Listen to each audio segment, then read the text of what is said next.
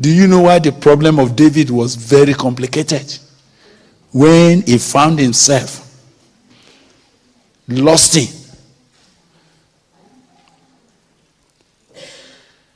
Some of you will think that it was the day he slept with Bathsheba that his problem started. No. You see, a cover-up habit keeps growing inside. What some of you don't know is, can I tell you what you don't know? The power of sin, the secret of sin, is in its secrecy. Sin is only powerful as long as you keep it secret.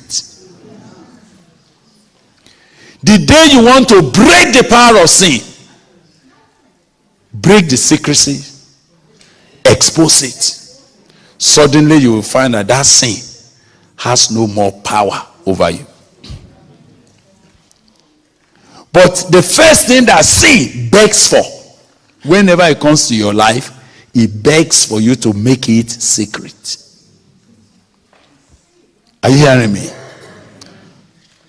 When you begin to have a misbehavior with your wife, the first thing that you are struggling with is how nobody in the parlor will know about it. Are we together? The moment your affection begins to run wild towards a strange girl, maybe your church secretary, it may be somebody in the office, it may be a student that you are teaching. When your heart begins to go strangely to that, the first thing that sin begs you for is how to make it how secret. So you know what happens? That girl is this side, is on this side. When you tell your wife where you are going, you will tell your wife, I'm going here. And you may actually start so that your wife will think you are going there. And you will face this direction. Only to go this way and corner, and you face this direction. So when they ask your wife, where did your husband go? You say, he went there. Because she saw you going there. She did not know that you went behind to corner and face that direction.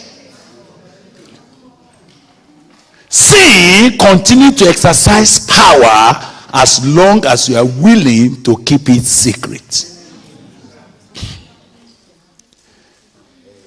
That's why you cannot overcome sin until you are ready to uncover it. Listen to me. Many people have become corroded in their lives simply because they agree to cover up a sinful behavior. Do you know what sin does? When it's begging you to keep it secret, it will threaten you with shame. He said, if you open up now, people will disgrace you. You don't know that the truth is that whether you cover up sin or you open it, sin actually brings you disgrace. The Bible says righteousness exalts a nation, but sin brings what? Reproach. Another word for reproach is what? Disgrace. There is no man who can continue in sin and be in grace. Every time you sin, there is a measure of disgrace. Sin, every time it comes to a man's life, is a reduction of grace. Grace teaches us to say no to sin. But when sin overcomes you, grace is reduced. But when does grace abound? Grace abound to a sinner who is willing, who is humble enough to open up. So the first step, the first principle of personal restoration and revival is behold. Readiness to say, Lord, look at me. Look at me.